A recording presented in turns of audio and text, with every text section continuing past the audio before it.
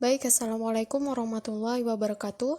Shalom, Om Swastiastu, Namo Buddhaya, Salam Kebajikan. Perkenalkan, nama saya Sinta Palasari. Di sini saya akan menjelaskan tentang hukum agraria, itu tentang pendaftaran tanah. Nah, Pasal 1 Angka 9 PP nomor 24 tahun 1997 adalah kegiatan pendaftaran tanah yang dilakukan terhadap objek pendaftaran tanah yang belum terdaftar berdasarkan peraturan pemerintah nomor 10 tahun 1961 tentang pendaftaran tanah atau peraturan pemerintah ini. Adapun dasar hukum pelaksanaan pendaftaran tanah di Indonesia adalah Pasal 19 Ayat 1 Undang-Undang Nomor 5 Tahun 1960 tentang Peraturan Dasar Pokok-Pokok Agraria atau lebih dikenal dengan Undang-Undang Pokok Agraria, selanjutnya disebut UUPA. Sebagai pelaksanaan dari UUPA, dalam hal ketentuan pendaftaran tanah adalah melalui Peraturan Pemerintah Nomor 10 Tahun 1961 tentang pendaftaran tanah.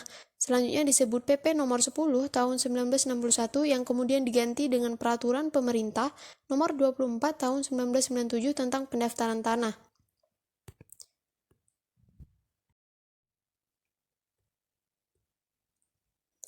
Tujuan dari reformasi agraria yang hendak dicapai oleh UUPA dapat dilihat di dalam konsideran UUPA yang merumuskan tujuannya, yakni 1. Meletakkan dasar-dasar bagi penyusunan hukum agraria nasional yang akan merupakan alat untuk membawa kemakmuran, kebahagiaan, dan keadilan bagi para negara dan rakyat, terutama rakyat tani dan dalam rangka masyarakat adil dan makmur. 2. Meletakkan dasar-dasar untuk mengadakan kesatuan dan kesederhanaan hukum pertanahan. 3. Meletakkan dasar-dasar untuk memberikan kepastian hukum mengenai hak-hak atas tanah bagi rakyat seluruhnya. Nah, pendaftaran tanah sebagai pelaksanaan Pasal 19 UUPM merupakan salah satu upaya pemerintah untuk memberikan jaminan kepastian hukum. Jaminan kepastian hukum tersebut meliputi jaminan kepastian hukum mengenai orang atau badan hukum yang menjadi pemegang hak subjek hak atas tanah. Jaminan kepastian hukum mengenai letak, batas, dan luas suatu bidang tanah, objek hak atas tanah, dan jaminan kepastian hukum mengenai hak atas tanahnya. Pendaftaran tanah di Indonesia terdiri dari 2 tahap, yaitu pendaftaran tanah untuk pertama kali, kemudian pemeliharaan data pendaftaran tanah.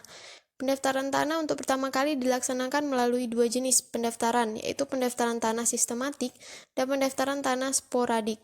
Pendaftaran tanah sistematik dilakukan secara serentak dengan prakarsa pemerintah. Dalam hal ini, Badan Pertanahan Nasional, selanjutnya disebut BPN, untuk mendaftarkan bidang tanah yang belum bersertifikat berdasarkan pada suatu rencana kerja jangka panjang dan tahunan serta dilaksanakan di wilayah-wilayah yang ditetapkan oleh Menteri Negara Agraria atau Kepala BPN. Sedangkan pendaftaran tanah sporadik dilakukan atas prakarsa pemilik bidang tanah yang belum terdaftar.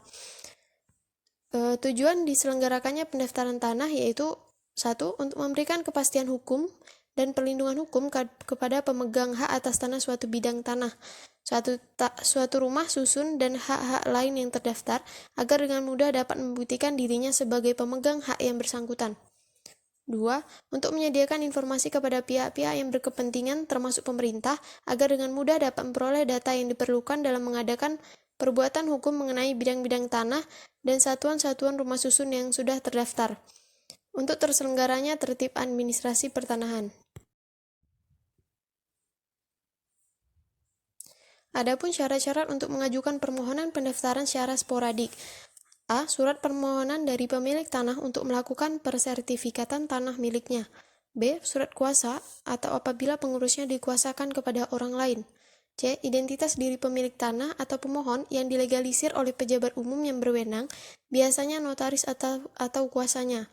D. Bukti hak atas tanah yang dimohonkan yaitu berupa 1. Surat tanda bukti hak milik yang diterbitkan berdasarkan peraturan swapraja yang bersangkutan, atau 2. Sertifikat hak milik yang diterbitkan berdasarkan peraturan Menteri Agraria nomor 9 tahun 1959, atau E. Surat keputusan pemberian hak milik dari pejabat yang berwenang. D. Petuk pajak bumi atau Land Rente Girik Pipil Kekitir dan Verponding Indonesia.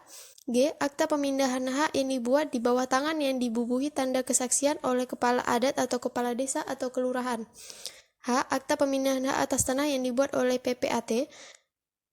I. Akta ikrar wakaf atau surat ikrar wakaf J. Surat pertunjukan atau pembelian kaveling. K. Risalah lelang yang dibuat oleh pejabat lelang yang berwenang. L. Surat keterangan riwayat tanah.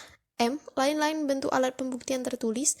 N. Surat-surat bukti kepemilikan lainnya yang terbit dari berlaku sebelum diberlakukannya UU PA. 3. Bukti lainnya apabila tidak ada surat bukti kepemilikan.